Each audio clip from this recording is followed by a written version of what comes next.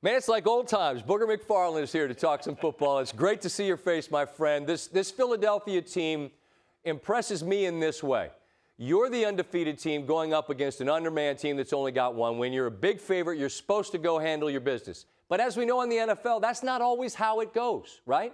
And for the first time all year, they don't have a lead. But then in the second half, it's just that ruthlessly efficient offense, and they win going away.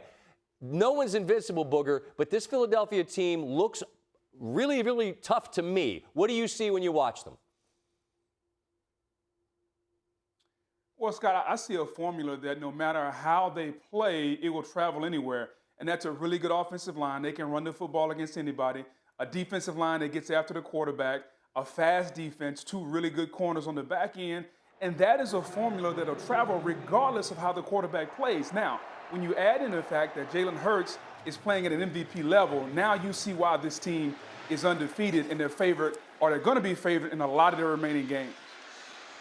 And what I wonder watching them, you look for flaws. You look for that weak spot that you could exploit. And given how they are so multiple on offense, I don't know. Given that you made your living on that side of the ball, if you're trying to slow what Philadelphia is doing down, what would you do? Well, the easiest thing to do, my old defensive coordinator, Monty Kiffin, taught me this. The easiest thing for an offense to do, Scott, is turn around and hand the football off and run the football. So you're going to have to somehow, some way, take the run away and make the quarterback beat you throwing the football down the field. Now, some may say, well, I invite that because Jalen Hurts is playing at a high level. That is true. He is in the MVP race right now. But you still have to take the running game away. Make sure that Sanders and those guys can't beat you coming downhill. And that's a tall task because that offensive line is really, really good, Scott. But that's the only way I see to beat them is to put the ball in Jalen Hurts' hands and force him to drop back and throw it over and over and over again. And guess what? You still might lose, but I would rather take my chance at that than them running the ball down my throat like they're very capable of.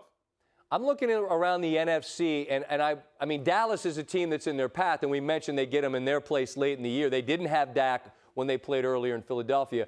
I would imagine that as Dallas gets healthier with that defense, that's a formidable foe in their path. I just wonder, how significant do you feel like the Cowboys' threat to the Eagles in the NFC East could be? Scott, it's not just the Cowboys. I think there are two teams in the NFC that threaten the Eagles because of how they play defense, how their physicality can match up. And that's the Cowboys and the San Francisco 49ers. Okay. And I know we've kind of forgotten about the 49ers, and they kind of popped up when everybody screamed when they got Christian McCaffrey.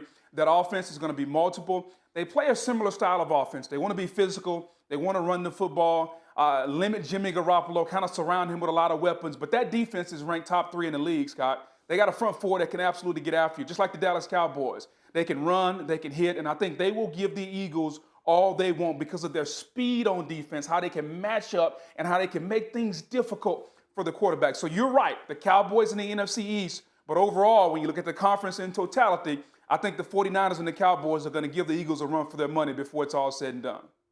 If it's going to be like old times, you know, we got Brian Kelly on a little later. They got a ball game down in Baton Rouge on Saturday night. What are you doing Saturday around 7 o'clock Eastern time, my friend? Scott, I'm always reminded of what my old football coach told me when I was 15 years old. We were going up against our arch rival, and we were at home. And he simply said this, Scott, it's a poor dog that won't fight in his own backyard. And at 7 o'clock, they're going to lock the gates in Tiger Stadium, and it'll be nighttime there. So I expect my team to fight, Scotty. Let's go!